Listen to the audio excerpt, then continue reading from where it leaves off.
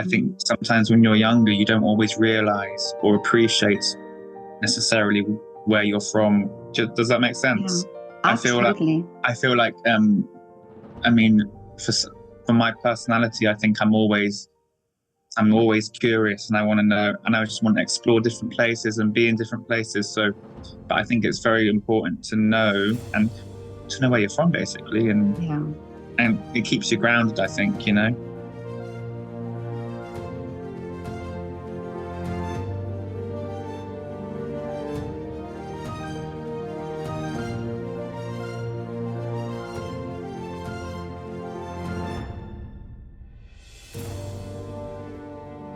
Owen, it's so great to meet you here on Zoom. Thank you so much for having me. I was not expecting this, but I'm really excited to talk. Yeah, well, I've seen all your amazing. You've been interviewed with so many amazing people, so I was quite humbled, really, that you asked me. So, thank you for having me on. Well, it's well, for me always a privilege to talk to people or to listen to people and hear their stories. And you have so many stories to tell. It's just amazing. Goodness. I don't know where to start. I don't even know where to begin. But yeah. But you are. I read that you're originally from Cornwall. Yes, I'm proud Cornishman. Yeah, I was born in Cornwall, so yeah, I was raised in Cornwall up until the age of about 16, and then I went to Devon for a couple of years, and then I trained in Scotland. So I went to Cornwall, Devon, Scotland, all in the space of like my first 18 years of life. So, but yeah, I mean, Cornwall's home for me. It's where I'm from. No matter where I've been in the world, I think if you've been to Cornwall, I don't know if you've been to Cornwall, but it's quite a beautiful place, and Cornish people were very protective of where we're from. I mean, it's a very special place. I think when I was younger, I didn't realise how lucky I was to be brought up in Cornwall. When I was younger, I just couldn't wait to leave because it's such a beautiful place. But I think when you're younger, I mean, for me, I just wanted to experience the world, and you think it's boring and there's nothing going on, which is true. But it's now look back and I think, like, I'm lucky, you know. But I wonder sometimes, because I spoke to a ceramist the other day, and we talked about our roots and how important those roots are for who you are becoming, you know, and that you always sort of go back to those roots or think back to that time. Yeah. So, I mean, 100%. And I don't know, sometimes I personally feel like I'm starting now, as I go into my 30s, I'm starting to understand more about my roots. I think sometimes when you're younger, you don't always realize or appreciate necessarily where you're from. Does that make sense? Yeah, absolutely. I feel like I mean, for my personality, I think I'm always curious, and I want to know, and I just want to explore different places and be in different places. So, but I think it's very important to know where you're from, basically, and it keeps you grounded, I think, you know. No, absolutely. But was it there that your love for ballet started, and what inspired you to do ballet? Yeah, so I started dancing around 8-9 years old. I'm from quite a artistic family, so my dad, he I mean, not by profession, he was a psychologist for years, but he made instruments, so he made violins, cellos. And he still does that now. Now he's retired. He's still doing that, and he plays the cello. My mum, again, she wasn't a professional musician, but she was a dentist. But she played the flute and the piano, and then my brother played the saxophone, and he's a scientist now. And then my sister is training to be an opera singer, and my younger brother is a professional guitarist. Wow! And then, so we're all from quite an artistic family. And to be honest, it's one of those things people ask me, To be honest, when you're 8, you don't remember a massive amount. I just remember that I think my parents took me along one day to dance, like a dance class, and the ballet class I went to was this lady called Nicola Brice, Mm. who was an ex-dancer with London Festival Ballet back in like the 80s and 90s, I believe. And yeah, I just started going from there. And I think, yeah, from a young age, she said that, I had something special about me. I don't know if that was true or not, because it took me a long time to get to improve. But and then I went with her for a long time. And then whilst I was there, I started working with a guy who you might know from South Africa called Terence Etheridge. Oh no, I don't know him. Yes. He was from South Africa, and he was in London Festival Ballet, and he was one of the founders of Northern Ballet, and he was Oh, the I see. principal at Rhombus School for a while, and then he moved to Cornwall with his wife, who was an ex-dancer as well. I started doing stuff with Duchy Ballet, which is a Mm. small youth company down in Cornwall they used to bring like principal dancers to guests, and we used to put on ballets at the Hall for Cornwall in Truro. Oh, but that's And lovely. yeah, and so I Oh. think from a young age, I was just engrossed in going on stage and performance. I think a lot of young people now, they get that good training, but they don't get that stage experience. So I was doing that, and I was working with Terence Etheridge and Duchy Ballet, and also Kay Jones was the director, and then I was also training with Nikki Brice.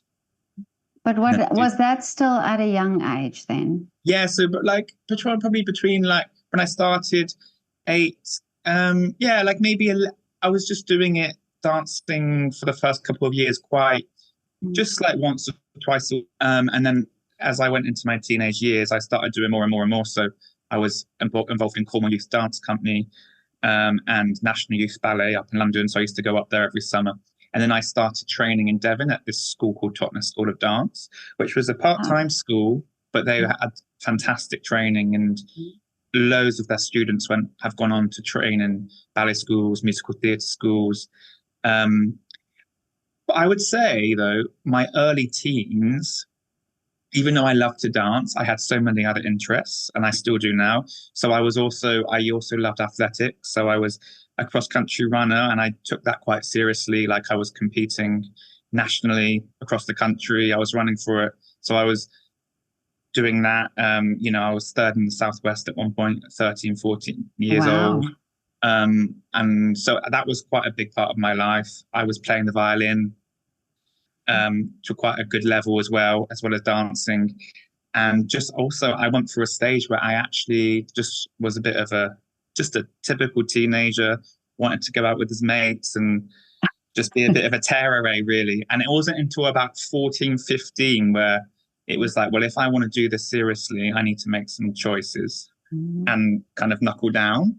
But I love that you I was a bit all answer. Yeah, all because over the place. yeah, no, but it also when I read about what all the things you do, you've done already. Also, it's all different things, and I love that. But what I wanted to say also about this, I actually. I have an impression of what it was like for you in Devon, because we actually lived in Taunton in Somerset, and my son did ballet at a local ballet school there, and he was the only boy. And I wanted now to ask you, were you also the only boy in the class? So when I first started, so when I was with Nikki, I was the only boy, and she really took me out of my shell in terms of, basically saying there is a career for men in ballet. Um, and then when I was with Duchy Ballet with Terry, there was a few boys, but I was still kind of queen bee a little bit because there wasn't so many. So I got that nurturing from them. And then when I went to up to Devon and I started doing sort of National Youth Ballet and stuff, I actually realized oh my goodness, there's lots of really good guys out there. But I think because Cornwall is at the bottom of the UK, it's so far from anything. I don't think I was exposed to that.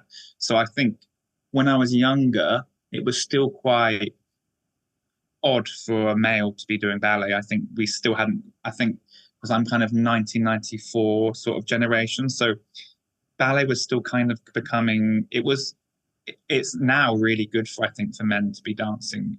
There's less stigma, but when I was younger, I think there was much more stigma. So I did get a lot of sort of, not nice comments or just like, and I think it wasn't until I started doing more and more and more that I realized that there were people like me out there.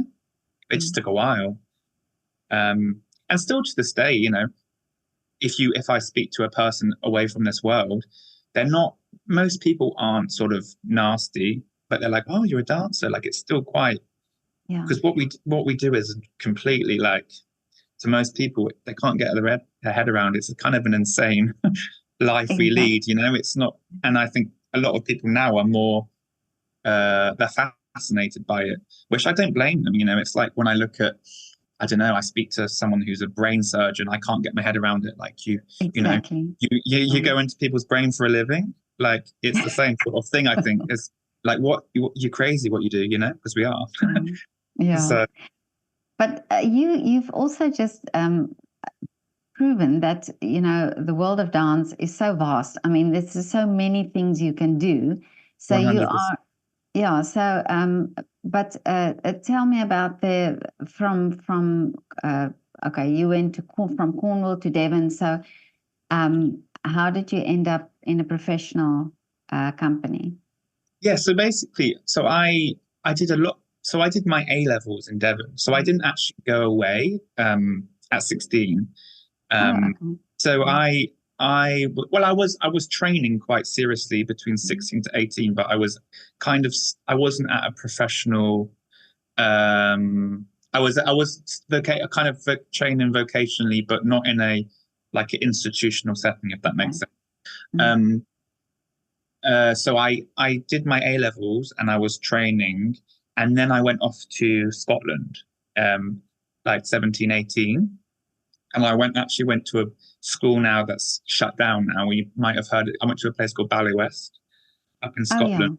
Yeah. So obviously, I mean, that's a huge other thing that you could probably discuss. So basically the school shut down, and but I went there from 17 to like 20, 21. Okay. And that was my vocational training. And from my experience, I had a really good training there, but I also worked so hard. Like, I mean, when I look back, I think I probably was too much. Because I'm quite an obsessive. I've got quite an obsessive personality. So I think by that point, I knew that if I wanted to make it, I needed to really work, because I had quite a natural performance quality and technical training, but I was never blessed with good feet. I was never blessed with long, beautiful legs. So I thought, if I'm going to make it, I need to work damn hard. So I worked really hard for 3 years, and we got to go on tour. We went around Scotland touring with the Ballet West touring company, which I think gave me a lot of confidence in terms of my performance ability. And then I got to my 3rd year, and I think I struggled quite a lot in my 3rd year with my confidence. And I left Ballet West at the end of 3rd year, and I had no job. So I graduated in July, and I didn't have a job. So obviously, that's quite hard sometimes to leave somewhere. You put all these years of work in, and you don't have a job. It's a bit, and I think at the time, I don't think I quite appreciated how hard.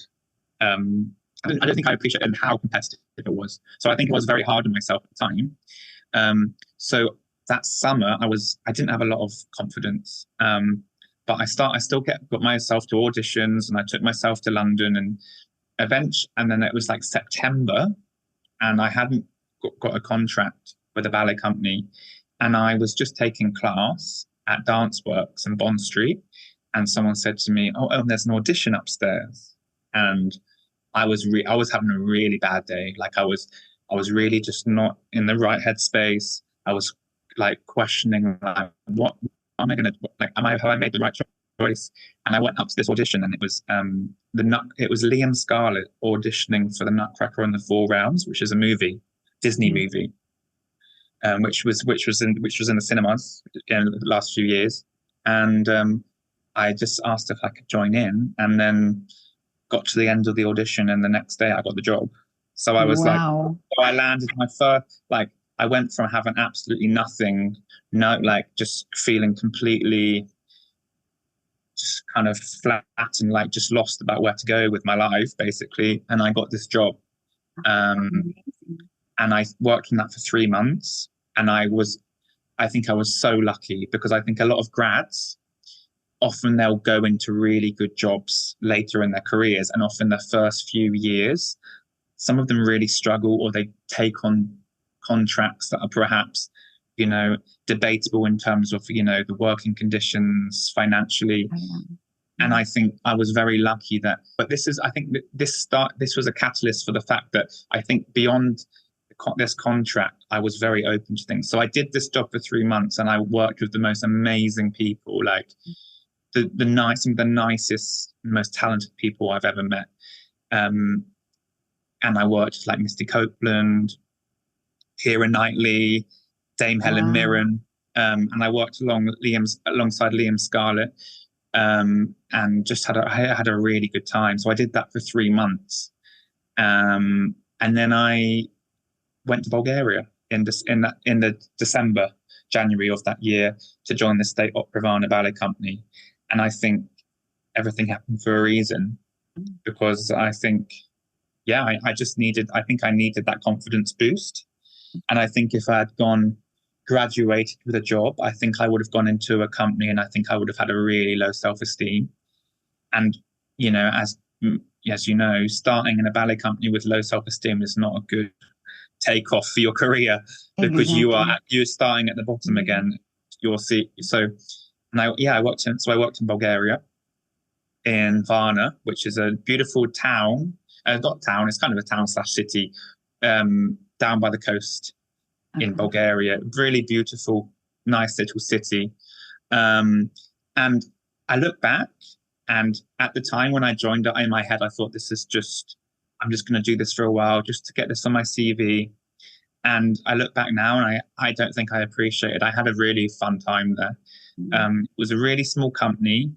And I lived with a really nice housemate who was in the company from Italy, called Salvo. I have lost touch with him now, but we just had such a fun time, and he really took me under his wing. So I turned up in Bulgaria on a bus. I traveled from Sofia to Varna on a bus overnight, and I was like, where the hell am I? I got my stuff pickpocketed at a service station. I was not. No.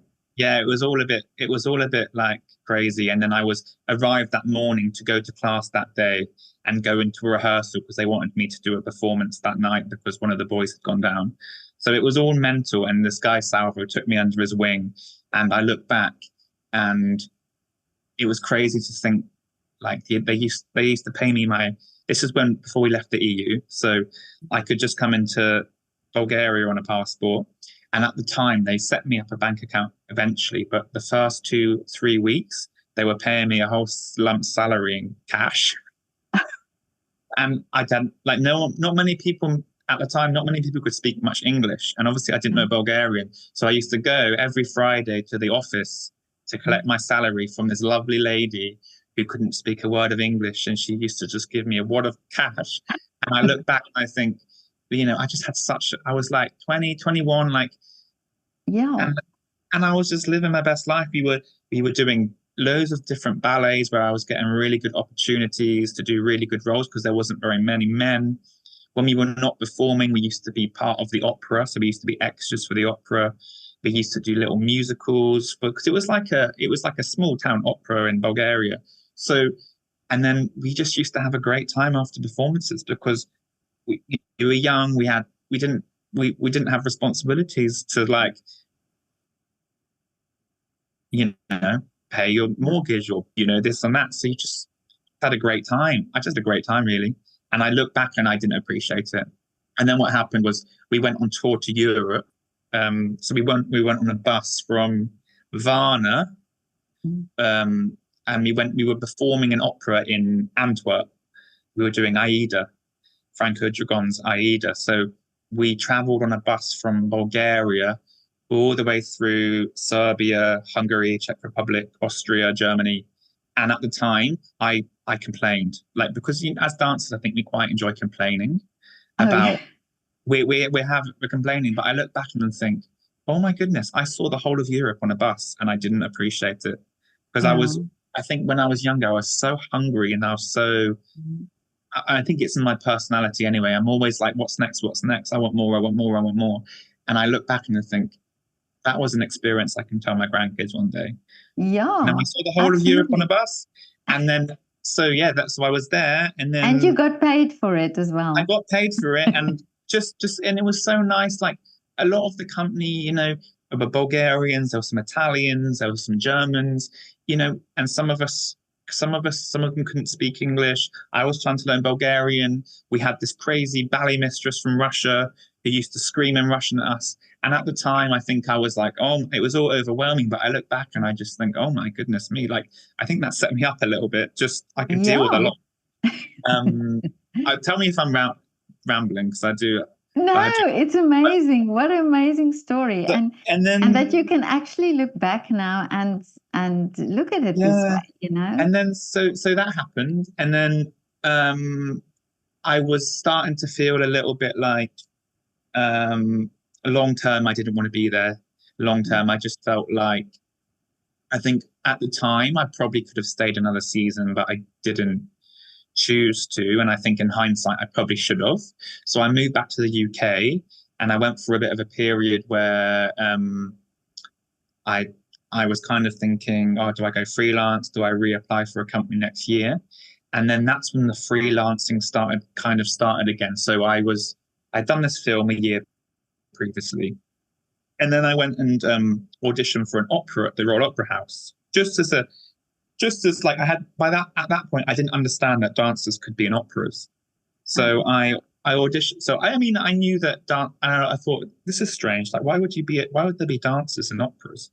Anyway, so I auditioned for this opera. It was David Older in Lohengrin.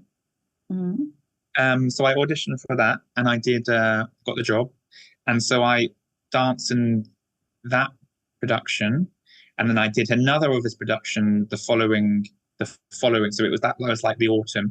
I did that all the way up to Christmas, and then I did another one the following year, and that was sorry, I got it wrong. Semaramide was the first one, and then Lohengrin, which is a 4-hour Wagner opera. Like, oh my goodness me! But they had dancers in it, and it was like we had like one number in the whole piece, which was actually quite hard. But we did what was quite nice was, because it was a 4-hour opera, we'd get paid the overtime. So we would we'd be there all night, but actually we were getting paid quite a lot to just do a little number in the middle. And then I did that, and then I got a job in South Africa. Oh yes, I read about that. Yeah. So I finished that opera, and then I was very lucky. By that point, I'd pretty much not been out of a job for like 2 years after graduating, which was kind of crazy when I think to where I was that summer after I graduated. So I took like a month out, and I went and took a hot break with my partner at the time, and I went back home for a bit, and then I moved to Cape Town that summer, and I worked in Cape Town, which was, you're South African, right? South African, yeah, you're from Cape Town. Well, I lived close to Cape Town at a point, yeah. Whereabouts? Paarl is near Stellenbosch. So I lived in Rondebosch. So like, Rondebosch, yeah. Muswell Hill. Yeah. So I, and as you know, like I always say this, anyone who's not been to Cape Town, obviously you can see from pictures Cape Town is a beautiful place, but I think it's hard to describe it if you've not been there. Like, there's just something amazing about Cape Town. It's a really special city. Yeah. And for me, it's a perfect combination because it's, I'm a water baby. I'm Cornish. Come on. Like, I love this. Yeah, I'm a natural. I love the sea. This is my favorite place to be. So the sea, and I love cities as well. I love cities. That's why I love London. I love cities. I love culture.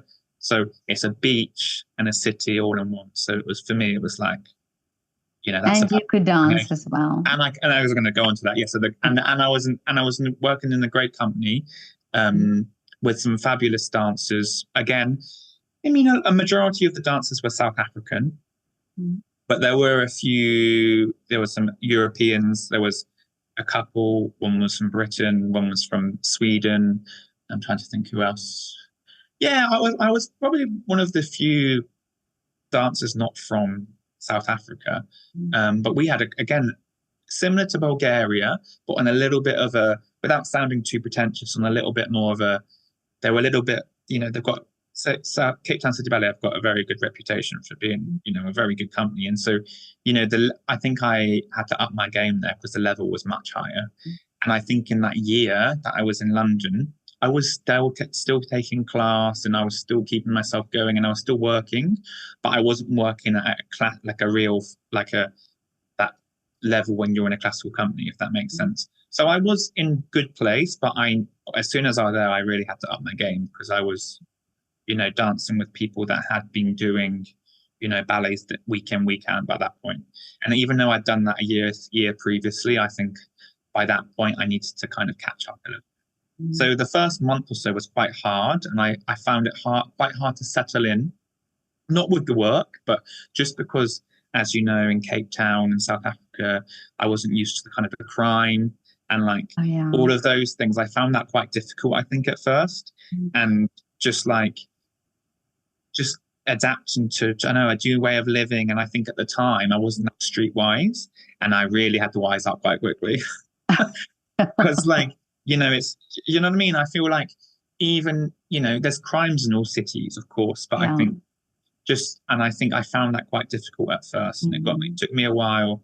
And I was like in Bulgaria, I feel like my whole career I've always been thrown into things. I don't know what it is about me. I don't know if I did something in my former life. I don't know if it's karma or whatever. But when I first started in Cape Town, it was like, again, they needed a guy to cover this role in a neoclassical work where they needed a reliable pas de deux partner. And so I kind of was like thrown in first week. They already knew the rep. They were rehearsing something else. They threw me some videos and they were like, can you go and learn this? And so it was all a bit chaotic as usual. And I think, again, that just, I don't know, made me who I am today more. And we did some great stuff. We worked with Veronica Paper, Veronica. We did her Cinderella, and we did some really cool things. And then again, and it's also probably the cultural difference from Bulgaria, from UK to South Africa. I mean, it is different. At the time I didn't understand. I think South Africans have a really good way about them. At the time, I think I found them, I dare say, a little bit rude. Does that make sense? But now I look back and I think, you know what? Because I get quite sick of sometimes in the UK, we're very polite, and we never say what we think. And I'm quite a direct person. So I appreciate honesty, and I've got a fire in me. So I don't like wishy-washy. I don't like people telling me one thing and then saying another. And at the time, I think I was still quite young, so I don't think I quite understood that they weren't being rude. Well, some of them were, but but some of them. But they were just saying it how it was. Do you know what I mean? And just direct, I think there's something really special about. I think especially Cape Town. I think is it's got something really. I think they're really nice people in Cape Town in general, and I think there's something about South Africans that's very sort of they're fighters, aren't they? Absolutely. they've got that sort you of. have to, Africa is not for sissies, And so and I just had a really good time, and then lots changed in the company. So Robin and Tracy stood down. There was a lot of basically there was a huge change of management, and then I left after the season had ended. And what happened? Goodness, where are we? I'm just trying to do a timeline in my head. Yeah. So again, like I feel like. But that experience, I mean, even though you seem to have these experiences, and then you can reflect and you can look back and see the positive in it. I think so. I think, yeah, for sure, I agree. So I think what's like when you look at what I've done career-wise, I feel like I've been a bit all over the place, but I think actually all of these experiences, they've always ended in a good way, and I feel like my personality, when I sometimes think, I don't know if I could have, I think who knows, one day maybe I'll find a job where I stay there for 20 years, but I feel like I've always found staying in one place for too long a little bit mind-numbing in a way, and I think, and I don't know whether that's me or whether but I've always found that I think everything has happened always at the right time. Like whether something started or something's ended. I think sometimes when things come to an end, I find it at the time quite hard. I'm not very good at goodbyes, and I'm not very good at accepting things that are beyond my control. But I think when I reflect back in time, in weeks, months, years, you look back and think, oh my goodness, that was meant to happen. So basically, so I left South Africa, and this when things started getting a bit tough after that point. So I left South Africa, and at the time I was going through a lot of personal difficulties, a lot of things were going on personally with my family, and I had gone for a separation, and I was just not in a very good place. And 2019 was a really hard year for me, where I really did question whether I wanted to continue. And I went through a stage where I moved back to the UK, and I was still dancing, doing projects here and there, but I was just working a normal job. I got a job working front of house at a theatre, and I think that really helped me. It was a really nice community of different artists and just normal people. And I think that really got me through that first 6 months where I was just in a really dark place, and I didn't know. So much changes had happened in my life. I think life had gone so quickly, and you realize, I think you become so self-absorbed that you realize that things are changing around you. Your circumstances change, or your personal circumstances change. And I think it just hit me like a train, basically. And I think that 6 months were really difficult for me. But in that time, I did my Pilates teacher's qualification, because I'm a very goal-orientated person. So I thought I got to a point where I was like, I could just sit and feel miserable for myself, go to work, occasionally take class and feel rubbish about myself, or I could actually find some sort of goal again. So I did that over that summer. And then it was in autumn by that point. And then I got this job. I was offered this job to work in Saudi Arabia, of all places. Wow. I know, which was just, and it was for, at the time, Saudi Arabia were going through huge changes with the new Saudi prince, who had just come into power. He'd taken over from the king or whatever. I don't know. It's all, it's very complicated. But he was basically trying to make it more westernized, and he had just taken the ban of women being able to drive, and he was trying to make it westernized, because they were about to host the G20, and they were I think I read about that. That it's And so, obviously, all of it's very, there's a lot of different things about whether it's true or not. But basically, at the time, Saudi Arabia, which is now obviously true, because Saudi Arabia is such a powerful country in the world, whether not necessarily all for the right reasons, but they have quite a lot of influence at the time. I think they were thinking that they needed to make themselves westernized, because they can't rely on oil forever. So they need to bring money in, they need to bring people in. So this production was all part of the G20 summit in terms of, showing to the world that the country was sort of westernized in many ways. Now, obviously, there was a lot of uncomfortability around it for a lot of us because, there's a lot of human rights issues in Saudi Arabia, and, issues surrounding women, issues surrounding, gay people and all these things. So a lot of us were uncomfortable with it. But, at the end of the day, a job is a job for a lot of performers. And, the deal was quite good. They flew us over. We was putting up in a nice hotel. And the whole cast was basically, we were all from Europe. We were from the UK. We were from France, Italy, Ukraine, like lots of different places. And we put this like amazing production on, immersive, massive production on in the King Fahd Stadium in the center of Riyadh. And so I was there pretty much for that autumn into Christmas, basically. And at the time, as I say before, that I was not in a good place. And I think going there kind of really helped me in a way just to be around artists again and working. And I actually met one of my best friends there.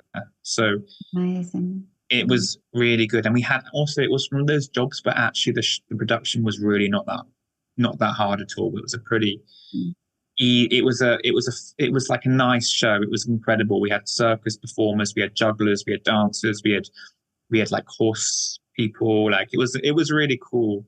But in terms of, it wasn't the most challenging thing I've ever done, if that makes sense. But for me, it was just fun. Like we had a laugh, and so I came back to the UK after this contract. I think just to say the fact that you went and that you could have that experience, it's also, I think it's sometimes more of what's around it rather than, you say it's not a challenging performance, but it's about that being together with other artists, and I think also learning from each other, No, I agree. I think, and that's how I see things now. I think before this, I think as dancers, we can become so like fixated on like names of like, it's all about how things look. Yeah. Not necessarily how things feel. So yes, I think when I was younger, I wanted to work with this person or this company or this and this, and I was so insecure about wanting to show people how things looked as opposed to how I felt. Now, I'm not saying that my old experiences weren't good. They were so good. But I think also at the time, I wasn't always happy, Yeah. Like, I think as dancers, we're such resilient people, but I think we mask a lot of it. And I think we do things so young that at 23, 24, you're still a baby. Exactly. And and and isn't it like you said there, it's sometimes about the names or the bar is so high, and it's like everybody's striving to be in the Royal Ballet or in these huge companies, yet not everybody is supposed to be there, and there are so much more around dance than just these huge companies, so you cannot dismiss that these other experiences are also very valuable, and also for the people who's watching it. And I totally agree, because I think also if I had got into a bigger company, I think I would have been so unfulfilled, because I think I would have probably spent the first 2 or 3 seasons probably just skipping at the back, I think sometimes I think it's great if you get into Royal Ballet or you get into English National Ballet or you get into one of these major companies in Europe. I think, fair play to you, because it's so blimmin' hard to get there. But I think some of the most fulfilled dancers I've ever met haven't had the stereotypical career, of, just being in one company, working their way through the ranks. I mean, some have, of course. There are some dancers who have worked their way up for a ballet company and are fulfilled for sure. But I think you can become very sort of institutionalized, and I think you don't see the bigger picture. And I think, especially, I mean, on paper, I think I worked so hard when I was younger to get where I am. I would never have made it if I hadn't, because I have natural ability for sure, but I think I've always been the most hardworking person in the room. I've always been the kind of the most keenest, always been the first person there, the last person out. But that's also because I knew that if I didn't, I was already setting myself up to fail, because as you know, there's so many, the standard is so high and the competition is so high. And if you've got someone who's naturally able or naturally gifted with some sort of, physical act, physical thing, whether it's nice feet or long torso or whatever, even if they are lazy, they're still gonna, they still might get a job over you. Or so I feel like I had to. I mean, I don't know how I got onto this now. I'm going on a bit of a circle now, but I think the point is, I look back and I think, well, I'm glad that in a way my career's gone that way, even though at the time I probably was a bit ungrateful and probably a little bit like I felt maybe deep down a little bit of a failure, because I hadn't gone, I hadn't gone into these massive companies, and I wasn't dancing the Prince on the Royal Opera House stage. But actually, most dancers will never ever do that, and that's not, and that's also okay. Because also there's amazing parts that aren't Princes, Exactly. Like, and sometimes I think also it's, when you're young and you start your training and everybody is talking like that, like, oh, this dancer and this principal dancer, and like you say, all the names, and you forget that it's really about the art form. It's not about the people, or it's about the specific stage where you're dancing, but it's about who you are touching in the process, with the art form. I just completely agree, because I think also people put so much emphasis on, again, it goes back to my point of like status. And like, of course, there's a lot of principal dancers out there that are there for the right reasons because they're good. Absolutely, and of course, but also this profession, as you know, is subjective. So there are going to be dancers out there who have the capability to be a principal dancer that may never get to that. There's probably some, I hate to be controversial, there's some principal dancers out there who might, in some people's opinion, not be where they, do you know what I mean? Like, I know it's what such you mean, and it's such a subjective art form in itself. So I feel like if you're just striving to get to principal, you could be a principal, probably, yes, because you worked hard and you're talented for 100%, but also you might be liked by a certain director, or you might have the look that they want, or, there's so many different factors that's not your ability, like this. Like, I know fantastic, beautifully classically trained dancers who won't get into some of the major ballet companies because of how they look physically, or do you know what I mean? Like, there's so many. I know exactly. And now I teach more. I see that. I see really good classically trained dancers that don't even want to be classical dancers. So I think, and I goes back to them. I just don't like boxing people or labeling people, because I think as a profession we like to do that. I think it makes it easier. I hate to say sometimes for people just to be like, oh, it just makes it easier. Yeah, sometimes. but and that's all walks of life. Yeah, no, absolutely. But I just had the conversation with my daughter last night about the dancers and about, so not specific dancers, but just saying that I've spoken to, on my channel, I've spoken to dancers who haven't gone the route, that route of going to a specific ballet school, going to a specific ballet company. Yet, just in conversation, you sense their love for dance. You sense their absolute passion for creating, for the whole art form, and and that also made me realize that everybody has their different route, and you have to be on that path to, to be there for a specific reason. So, yeah. I mean, I completely agree, because I feel like at the end of the day, if you are good enough and you work hard enough, it doesn't matter really where you're from. I mean, going to a certain school will help. Knowing a certain person will help. That I'm not going to sugarcoat that, of course not. But I think, like, I'm exhibit A of someone that, yeah, I had a good training, and I had some good people around me. But also, I truly believe that if you do really want something, you'll get it. And you just have to, like, you have to be just tough. You have to be basically as tough as old boots. Like, I think, honestly, a lot of my achievements have literally been just resilience. I think you have to be resilient. There's no way. And I think nowadays, I think it's great that we are taking a more holistic approach to training, for sure. And I fully support that. But I also think that, like, we have a duty of care to basically say to dancers now, like, it's tough. It's tougher than ever. Competition's higher. There's less jobs. We've got Brexit. We've got COVID. We've got a war in Ukraine. We've got war in the Middle East. Everything's unpredictable. So there's less work.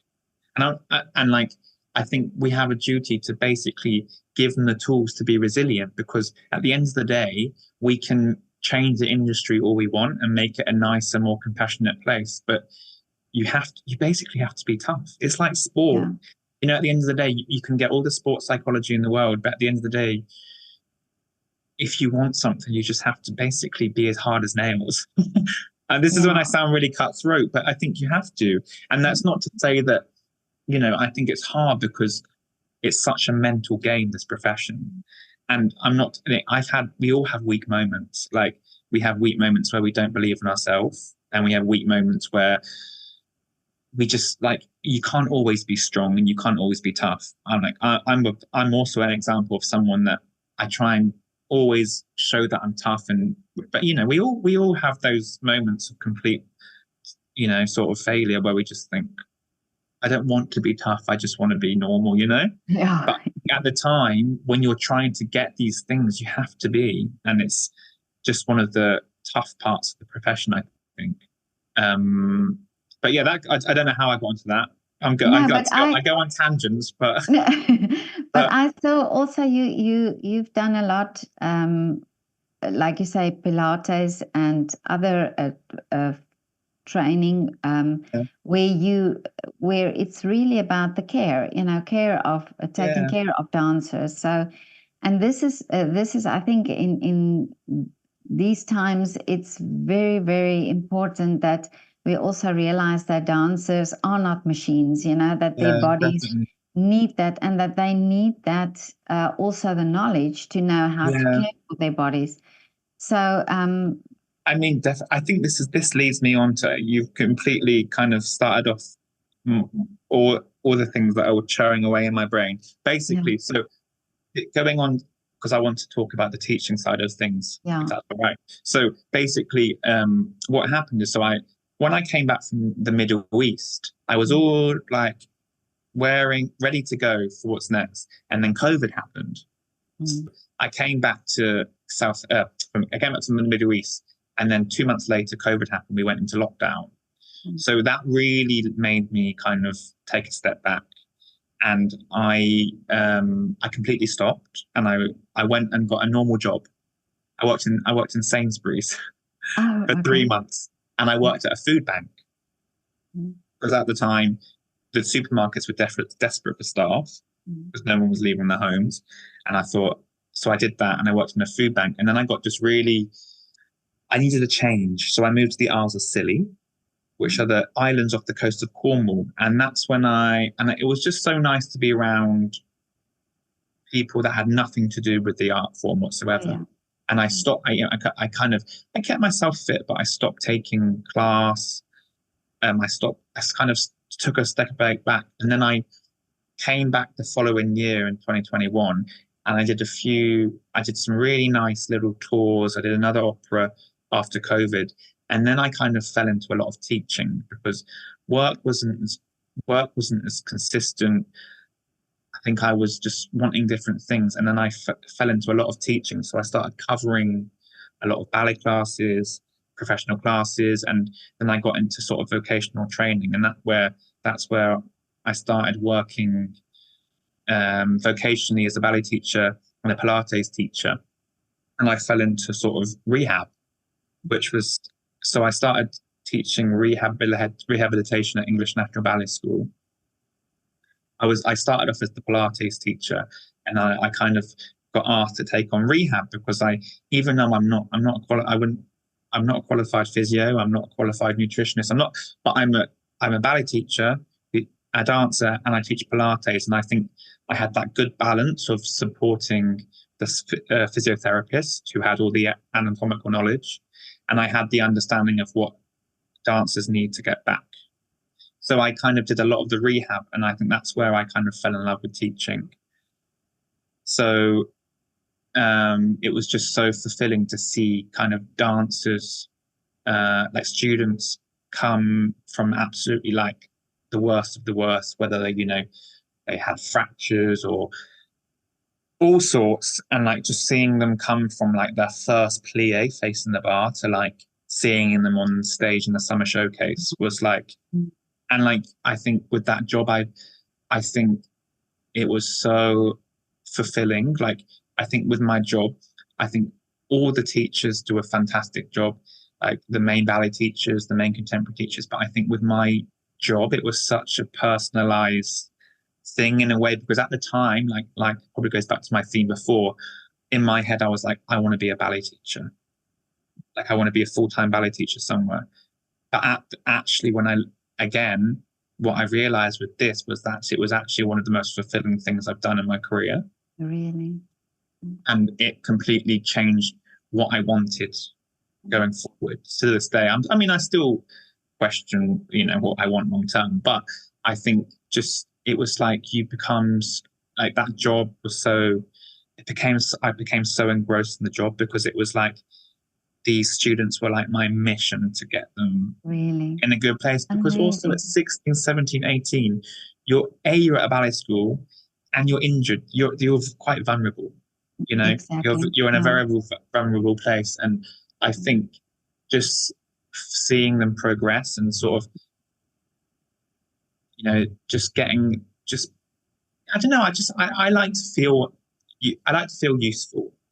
For me, there's nothing worse than feeling that I'm kind of a waste of space. I mean, maybe that's my own sort of demons, but I don't want to be. I want to always be useful. So maybe in a way, it's my own sort of probably like my own sort of dream to sort of be like the person that comes and saves you. But I feel like my personality suited this, because even though I've been lucky with my career, I've gone through a lot of ups and downs. So I know the struggle. And I think I could really relate to how the students were feeling. And I think it was just so nice to see so many students get back to a good place. And, just the rewards at the end. And to this day, I get so many nice messages from students, or, thank you cards or flowers, whatever, from students or parents or whatever. And I think that was so fulfilling, because I think it's very meaningful then. The problem with me is I either talk forever or I just lose my words, and now I but I can't remember my language, how to talk.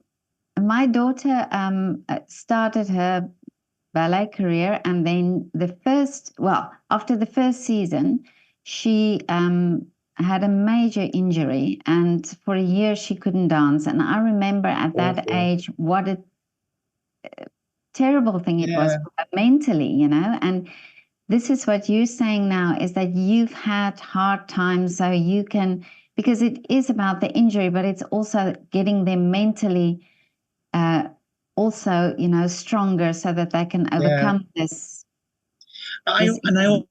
and I also think with what I was doing, I mean, I was obviously, just bear in mind, I wasn't just working at English National Ballet School. I was doing a lot of freelance teaching, which was Yeah. great. So I was teaching, you know, I was teaching professional class, and I was, teaching Pilates elsewhere, and I was guesting at different youth programs and stuff. So I was doing that, but I think this was a big chunk of what I was doing, and I think, like you say, I think it taught me that, like, actually, like, it's not just being a good teacher, or setting high standards for the students. It's like, especially with my role, I think I was fortunate, like, it's your pastoral care as well.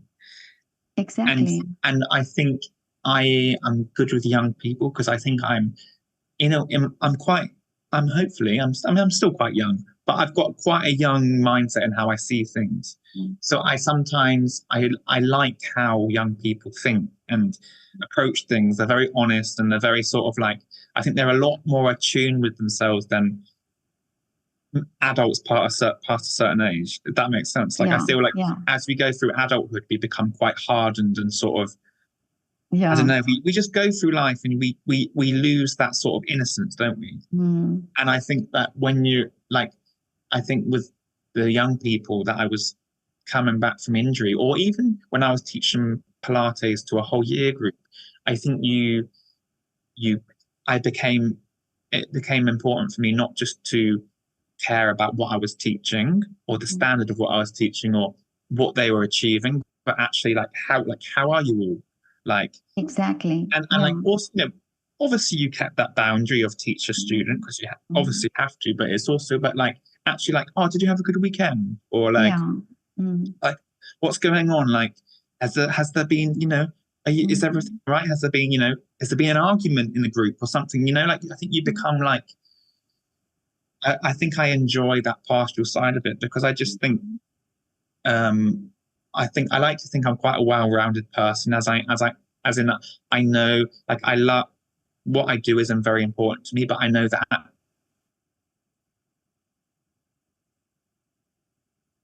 the bigger picture is really not what we do, is sort of, it's not the end of the world, basically. If I Yeah. think what we do is special, but it's not, when we're not solving world hunger, or you Yeah. know you know And nuclear war. We are teaching talented dancers to become dancers, and I think, yeah, yeah, we are young, and they're so young, and it's mentally also, it's mentally a difficult career, and it's yeah, also, important at a young age to have that support. And I remember from my daughter's injury and the mentors that she worked with, or the people who helped her with her rehab.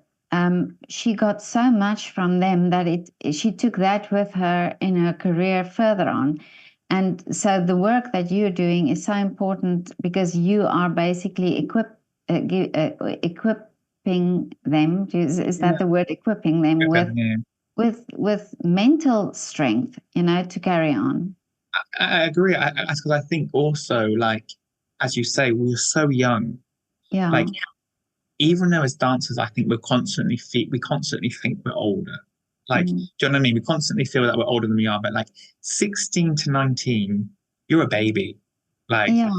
you're a Mm. child. I know that 18, you're legally an adult, but I still think in your early to mid 20s, even now, you're still learning. You're still, like, I probably look back in 10 years' time, and unfortunately think I was so naive at 30.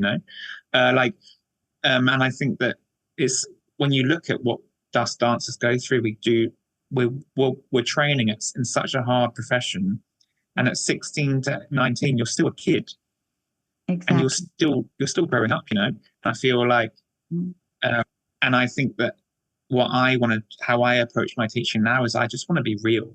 I think sometimes, there's lots of amazing teachers out there. Some tough teachers, some really lovely, compassionate teachers, and I think every teacher has their place. But I think, for me, I just want to, within reason, want to be real with them. Like, I want to be tough when I want to be tough, and I want to get results from them when I want them results, because I have high standards for them. I have high standards for myself, but also I don't want it just to be about whether they get a job. Exactly. Have they left their training and become better human beings? Even if they go off and become, I don't know, they open a cafe and they give up dancing completely. What have they taken away from me? Not just he taught me how to do multiple turns or jump nice and high. Yeah. Fine, I've done my job if I have done that. But it's also like, have I taught them something about life? Do you know what I mean? Can they take away something I said to whatever they do? Because at the end of the day, I think especially when you're teaching vocationally, I think less so when you're teaching, I don't know, part-time, your goal is to make these students become professionals. But we all know that sadly, not all of them will get a job. No. And that's the sad reality. No matter how good they are, some just won't get a job. And that's just one of the hard truths. So for me, now when I'm in these settings now, which I kind of wish some of my teachers had a bit more when I was younger, was how are you are you a well-rounded human being, and are you able to cope with the fact that, you know, some of you won't make it, but you're going to do well in something else, you know? Exactly. And like also, and even if they don't learn anything from me, because you know, you're not everyone's cup of tea.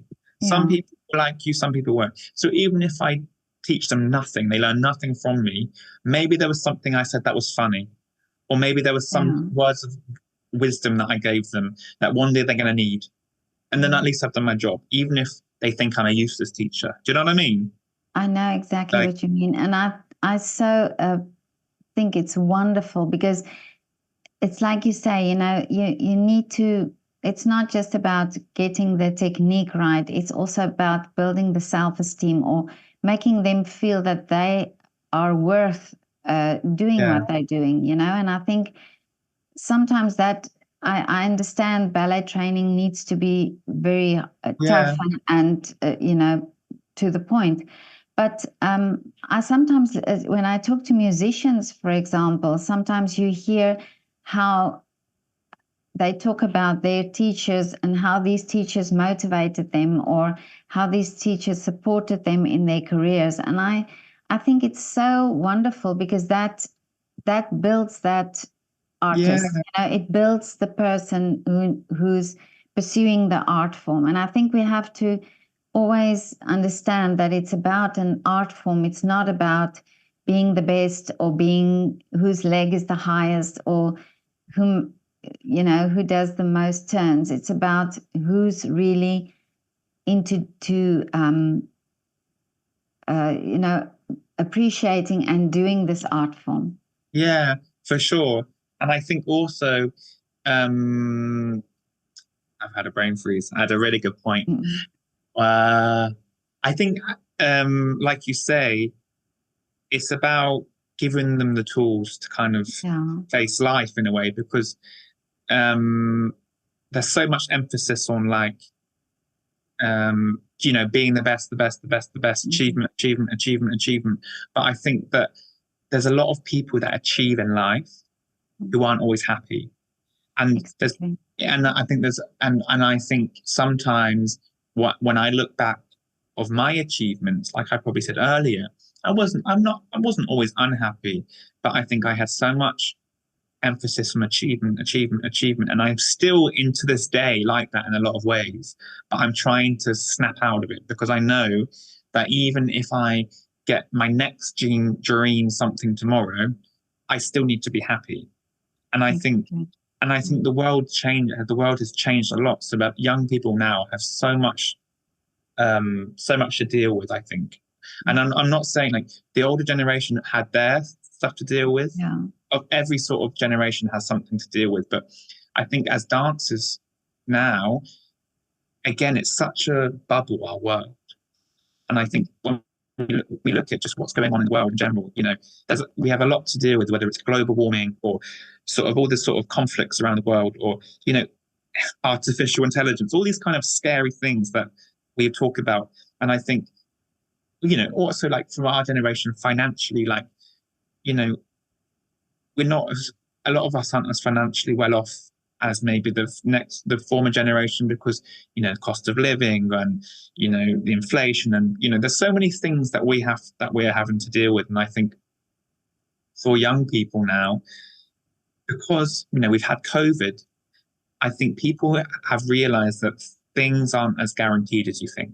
Exactly. So at the end of the day, I think what I like about young people is that I think they're quite realistic.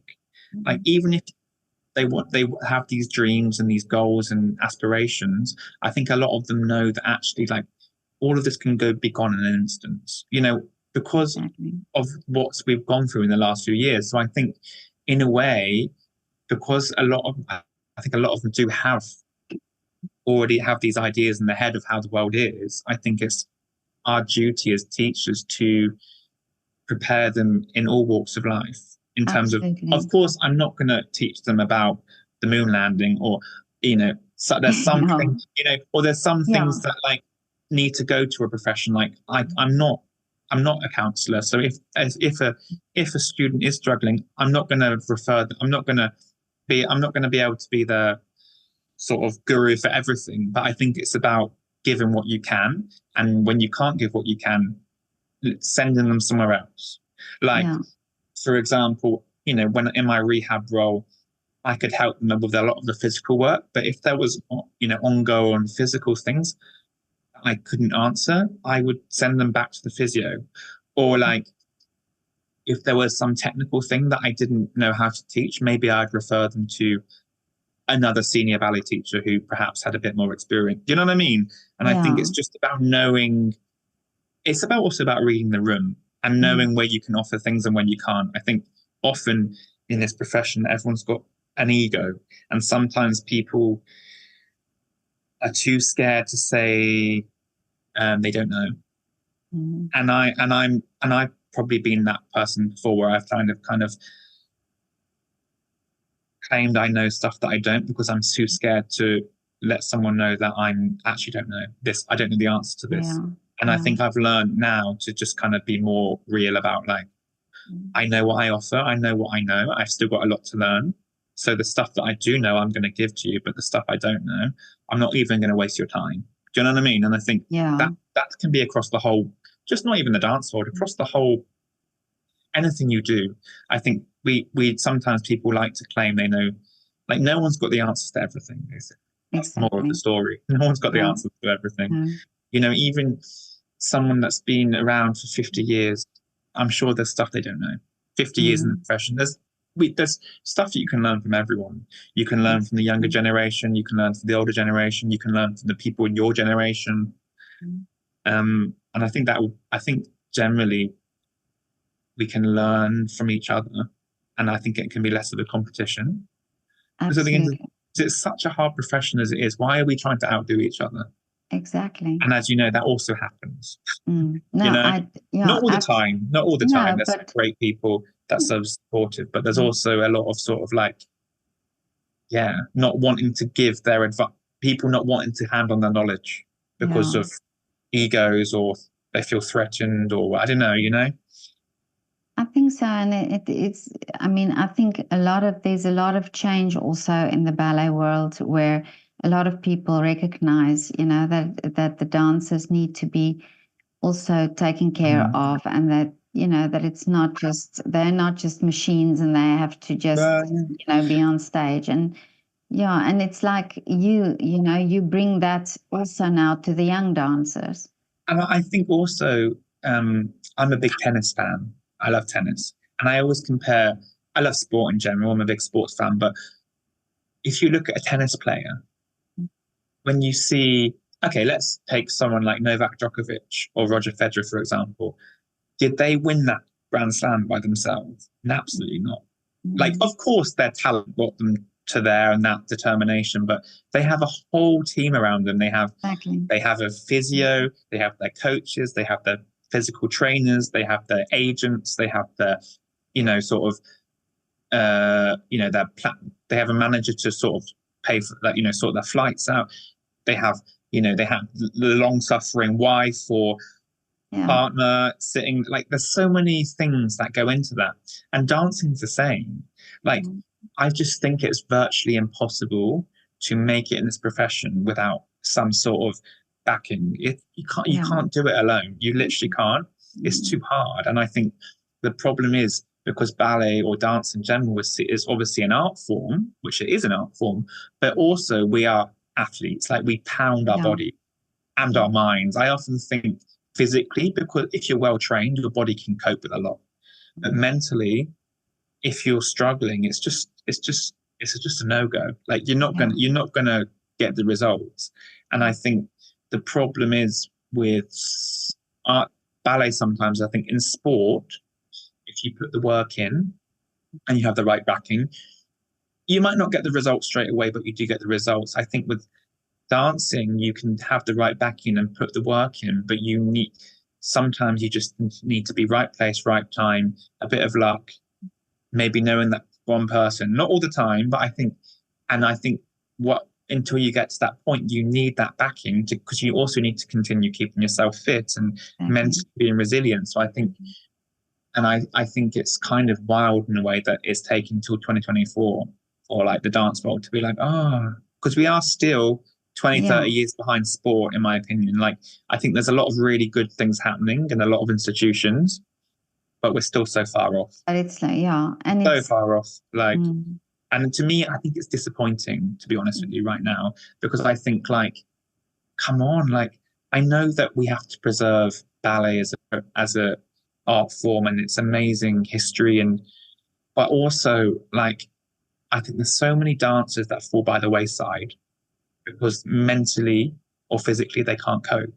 Absolutely. And talented dancers, I'm sure you've seen it. I've seen really good dancers just be like, nah, sod this. I'm gonna retrain or whatever. And a few years ago, I'd probably look at them and probably, like, not in a mean way, but probably judge them like, why are you stopping? But now I look back, I get it, because you need a support system, and all these things that are slowly happening now is great for this generation and the next generation and the generation after that. But, like, I feel like, for example, I'm just turned 30 now.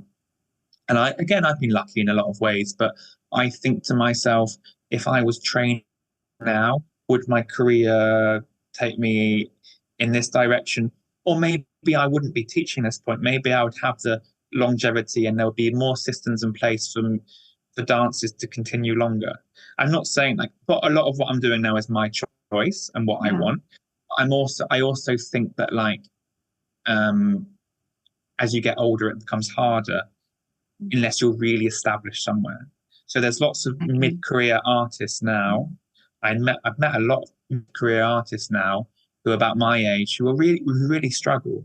And I'm not saying that, like, I think obviously grads and people coming out of school should have those opportunities, because without the opportunities, I would never have got anywhere.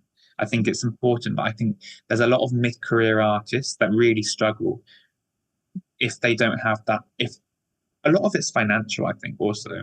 Yeah, like, isn't it also because you get the impression also younger and younger artists, younger and younger dancers are pushed to higher ranks, you know, and then you think, okay, so the body and the mind is not ready for this, you know, so you'll find very young dancers become principal dancers, yet they don't have that experience there yet, or the body hasn't grown into this, you know, this type of things that they're doing. And I wonder if that pressure also is because I know of a few young dancers who just completely stopped dancing because or went in totally different careers just because of that pressure on their bodies. I know. I think. I mean, I agree. I look at him. I'm going to use this person as an example because it's very high profile. But someone like Stephen McRae, you know, I know he's been very vocal about how things are in the ballet world, which I think I commend him for, because I think there are a lot of things he said I've been wanting to say for years, but I don't have the profile of Stephen McRae. So I think someone like him can really cut across the noise, and I think he talks very openly about the fact that when he was young, he got a lot very young, and he was this gifted, amazing, talented dancer. But it catches up with you. It catches up with you. And he's completely changed his whole sort of mentality surrounding how he approaches things, probably how he is as a human being, all these things. And I get it on a smaller level. I was never a Stephen McRae, but like in terms of I'm now 30 and how I approach things is totally different to how I would have approached things. I think when I was 20, 21, I was at that age, you think you're so invincible, which you kind of are. So you just go, you just pound, pound, pound, pound, pound, mentally, physically, like. And I think as you go through life, probably Stephen McRae can relate to this. As you go through life, you don't just go through professional experiences. You go through life. You go through personal ups and downs. You go through periods where you're on top of the world.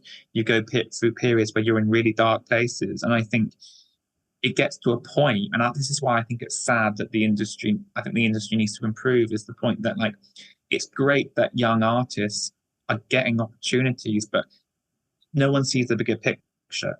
So you're taking on a 20-year-old who's very talented, which is fantastic because it gets their foot in the door. But are they going to get to 30 and are they still going to be dancing? Or are they going to be quitting? Or are they going to get to 30 and want to continue, but like, no, I mean, less so for a male because we don't have a womb. But if you're a female, like, I want to continue, but I want to have a baby, but I can't continue if I don't have a rich husband or do you know what I mean? Or like, and I think, and it's the same for men also, male dancers, maybe they want to find a partner, female or male, that is, not from this profession because it can support them. But if they don't have that, do they continue? Do they have to go into more regular teaching work? And I think the problem is the industries are very short-termist. A lot of people have short-termist mentalities. And I think in sport, more often they see the bigger picture. Exactly. So if you look at some of these tennis players, Novak Djokovic is winning Grand Slams in his mid-30s. And I know he's an exception because he is one of the greatest. But you see a lot of athletes who get their big achievements later on in their careers. Yeah. And who was I watching a documentary about? It was Eliud Kipchoge, he was the world record holder for the marathon and he's Olympic champion. He set his world record in his mid-30s. Whereas in your mid-30s as a dancer, that's kind of seen as kind of like you're kind of past it, mate. Unless you're Marina Nunes and you're 42. But there's some people that are exceptions to these things, but like there is no reason why a dancer can't be at the highest level in their mid-30s. Exactly. There's stuff I know now about dancing that I had no idea about in my 20s, but like people give me opportunities in different ways in the profession now, but the opportunities I was getting when I was that age, I had no idea, I knew how to dance, but I didn't understand things, if that makes sense. And I think that's so common for dancers. Like I speak to mid-career dancers now, or even older, who go, if I knew what I knew at 19, 20, maybe I would have been the next, Sylvia Guillem. Like, because, not everyone's going to be the next Sylvia Guillem, but it's the fact that I think sometimes we get given a shelf life, and past that shelf life, it's like, okay, next, who's next? And it's like, okay, but do you care about the longevity of these people in the professions, or you just care about what's here and there and the now, And like you say, there's dancers that become principals young and they go off the rails. Not all, but like, I think you need to look at it in the bigger picture. And I always think as dancers, that's why it's like, I always say to students now, be patient. Like what you do now, what you do now is great if you're achieving great things now, but where do you want to be in 10 years? I know, and it's really hard because when you're young, you live in the moment more, I think. I think as you get older, you start thinking about just other things in life, but I think and I always say, like, don't be too, it's very easy for me to say because I'm an incredibly impatient person, but I say be patient. That's what I say. Even though I still have that at the back of my mind, I'm always like, I get very sort of impatient sometimes about what do I want next? What do I want next? But I think you just have to take a step back, just be like, again, it's a bigger picture thing, but I think as an industry, we need to do better. Is that it's not you can't blame anyone or any institution in particular. I think the younger generation, particularly, I think it's more hopeful in terms of, I think especially sort of my generation are still going. I think hopefully we can hand on these. I'm not saying that the generation before me, there's some good people who can fully support all of these different initiatives, but I think these things take a long time to sort of gravitate. Yeah. You know, it takes. So maybe when I'm 80, maybe things will but I probably think, be in a good place. You know. I think what you're doing is great because you're really equipping the dancers, the young dancers, making them aware of their bodies and that it's not just about in the studio, it's about that aftercare or the care for the bodies. So I think it's great work that you're doing, really.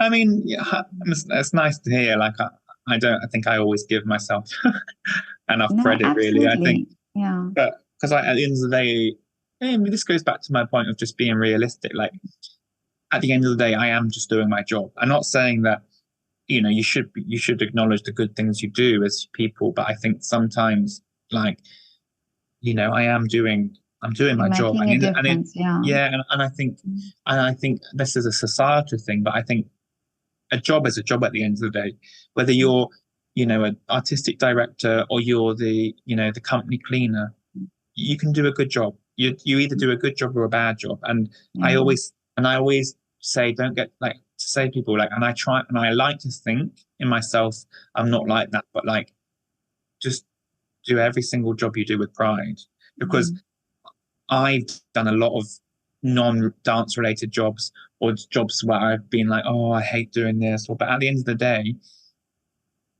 a job is a job. At the end of the day, we're getting paid, and your job doesn't define everything about you. So whether you are a principal dancer and then you I don't know, and not a principal dancer and you decide that you want to do anything, you have to. It's about pride, isn't it? And doing the best at whatever you do, I think. No, absolutely. And that goes to my point about status. There's really good people in high jobs. There's really bad people in high jobs. There's really good people in sort of low jobs, and there's really bad people in low. Do you know what I mean? You can't. I know exactly. Yeah, I know exactly what you mean. But Owen, I mean, you've got such an interesting story. I read your website. I read on your website, but you tell the story, and it's amazing what you've done. I'm also an author. I also write a book. It's amazing what you've done, and but having done all these things, and I know you said you like change and you like new challenges, but what are the wishes for you for the future? Well, I don't. It's really hard. Funny you asked this. I'm going through a bit of, I wouldn't say it's a midlife crisis, because I'm not, traditionally a midlife crisis, they say is in your 40s, right? I don't know. But I've just turned 30, and I started a new job. I'm at Lane Theatre Arts, and I'm a ballet teacher there. And I'm still doing lots of different things here and there. And I'm really debating, because I'm still dancing, I'm still taking class, I'm still doing bits of performing here and there, and I'm really just deciding what long term. Basically, I would like to live. I would like to live abroad again. I would like to. I'd love to find a full-time teaching post in the future at a school somewhere in the world, but also just in. I don't know. I'm just also seeking other things in my life. Whether that's a partner or just other interests as well. I feel like I'm at a point now where I've been such a workaholic for so long that it's important that I find other things as well that's not just professional. So for me, I think the professional things will come to me when at the right time. I hope, if I continue doing my job and hopefully keep my reputation intact. But for me, it's also about what do I want long term, just personally as well. So whether that is staying in the UK and staying in London, or moving to the other side of the world, or who knows? Like I have goals and ambitions, but I also think that like all my goals and ambitions are kind of like trying to find the right word, but like they're adaptable depending on what other things are. Like before it was like, no, I will do whatever it takes at whatever cost to get there. But now it's like, okay, I want, maybe I get a job that I really want, but I'm like, does that suit well with my circumstances now? Like I'm quite settled now with what I'm doing. I live in a nice place. So do I want to make a big move? Or then there's a part of me that goes, well, I'm too comfortable. Maybe I need to get out of my comfort zone. Maybe I do need to move to Australia, whatever, like what about South Africa? Who knows? Well, you've possibly been to Cape Town. You've been to Cape Town, but you haven't been to Joburg yet. So I know I have been to Joburg. I was mugged in Joburg. You have. I was mugged at Joburg Airport. Oh, okay. So no, I've been through Joburg. I would have to say it's not my favorite city, Joburg. Oh, okay. But and then there's parts of Cape Town. There's parts of South Africa where I want to go back to. But I don't know. I've got lots of dreams and ambitions. I'm also, I think now I'm like, they're changing all the time, and I always say this, like I'm open to lots of different things. Like whatever comes my way and suits what I want to do and makes me happy, I'll do it. So maybe so who knows? Because I think sometimes, like I said earlier, sometimes when you find your dream job or your dream whatever, sometimes the dream's not always reality. Like you find a dream job and actually there's politics surrounding the dream job, or maybe your personal life or whatever, you're not happy. And then you can be in a job that maybe is not great. You don't think it's that great, but you've got a good boss and you've got good friends around you and a loving partner. Do you know what I mean? Like, I think like there's flips and roundabouts to everything. So of course I'm ambitious and still adventurous. I would say you're ambitious and adventurous. I'm ambitious. I am, but I also, what people don't, I think I'm a contradiction of many things, because I'm very ambitious. I'm very adventurous, but I'm also quite chilled out sometimes. And I'm quite lazy as well sometimes. I can either be hardworking or lazy. Like I'm an all or nothing person in all parts of my life. So when I want something or when I love something, I go after it and I work my socks off. But I'm also quite chilled. Like I like to put my feet up and I like to have a laugh and I like to have fun, and I feel like I'm, in a way, hopefully I'm a good balance of like hard work and ambition, but also chill and just live my best life, because I feel like, and I think it's because maybe, I don't know, I like my star signs and I'm a Libra, so I'm the scale. So I'm all about balance. I'm a Libra as well. You're Libra, there we go. So you're probably the same as me. I'm all about balance. I try and keep things real. Yeah. The problem with me is I'm all or nothing with everything. Okay. Yeah. So like whether it's professionally, personally, I'm just like, I go for it or I don't. So it can be a good thing and it can be a bad thing, I think. So, I understand that very well. But Libras are the best. We're the most balanced, I think. Yeah. I think we're pretty nice people most of the time. So. But it was so great to talk to you, Owen. It's so interesting, so lovely story, and I'd love to visit Vienna and come and meet you. I just wanted to say. I've been to Innsbruck and I've been to Austria, but I've never been to Vienna. Okay, so I've travelled a lot around Europe, but I've never been to Vienna, and it's always a place I wanted to visit. So maybe that's my next on my list of places to visit, and we can meet up for a coffee. Absolutely. I'd love to see the ballet company in Vienna, actually. I've never seen them dance live, so. Well, then that's a good incentive. Thank you so much for having me on as well. It's a great pleasure. I hope I didn't talk too much and I let you have a word there.